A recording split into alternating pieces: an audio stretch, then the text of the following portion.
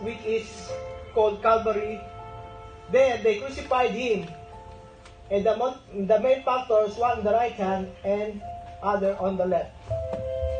So man's presentation today is taken from 4 words of our text passage. This 4 word is where all Christendom hinges. This 4 word is the foundation of yours and my salvation. Without this 4 word, the world will not know Jesus Christ. Neither would they know the pardon of sins. The second part of our presentation is entitled, There They Crucified Him.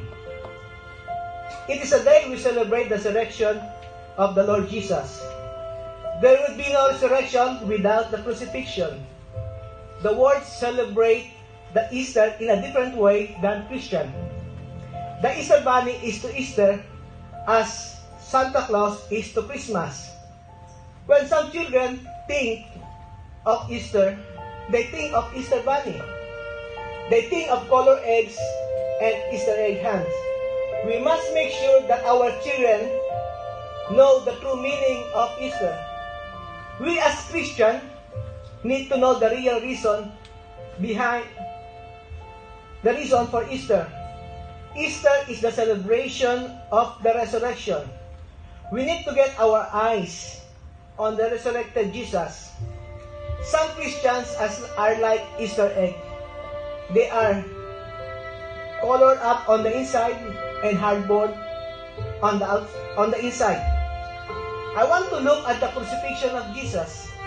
There are 4 points to our presentation this morning. It's very simple outline. You won't have any difficulties remembering the outline. 1. There, the place. 2. They, the people. 3. Crucified, the purpose. And 4. Him, the person. My presentation for you today is there, the place. Someone once said, little is much when God is in it. The more I read the Bible, the more I found it particularly true that the fact that this verse, that true in this verse, they crucified him. Such a short statement, yet it means so much. It was once said, the holiest person who ever lived died the most unholy death ever experienced in the most holy place. The name of the place was called Calvary. Golgotha in Hebrew, Calvary means place of the skull. The skull speaks to me of several things. A. Speak of sin. There had been no sin, there would have been no Calvary. In Romans 5:12 said, wherefore, as one man sin entered into this world, and death by sin, and so death passed upon to all men, for that all have sinned. Jesus Christ is our sin bearer.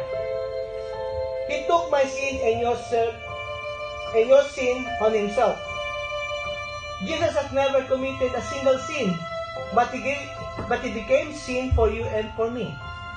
All sins from all times was damned upon Christ on the cross. He bore it all.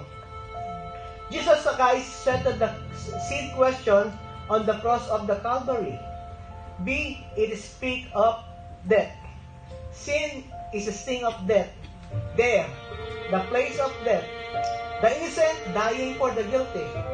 He who knew sins took our sins. He cried out, it is finished. Meaning, the death atoned for all sins of all mankind. See, it is a place of emptiness. A skull is empty. Where the brain once was is now empty. When all the reasoning power of one was is now empty. When the skull is stripped of all but bone. Jesus Christ emptied himself and he took the robe of the flesh and left his home in heaven and came to earth. He emptied his royalty to take the humble robe of the flesh. Not wanting to reveal his deity, he appeared to man as man and was in reality God in the flesh. He was God's dying on the cross to simple man. He died for you and me. D. The place of the skull speak of the end of human wisdom. We as children of God, never able to make the unsaved person understand the greatness of salvation. Logically speaking, it is impossible. A man died on the cross, paid our sin debt, and by faith we must accept the free gift of salvation. This is not understandable concept for the natural man. He will not accept it without divine intervention.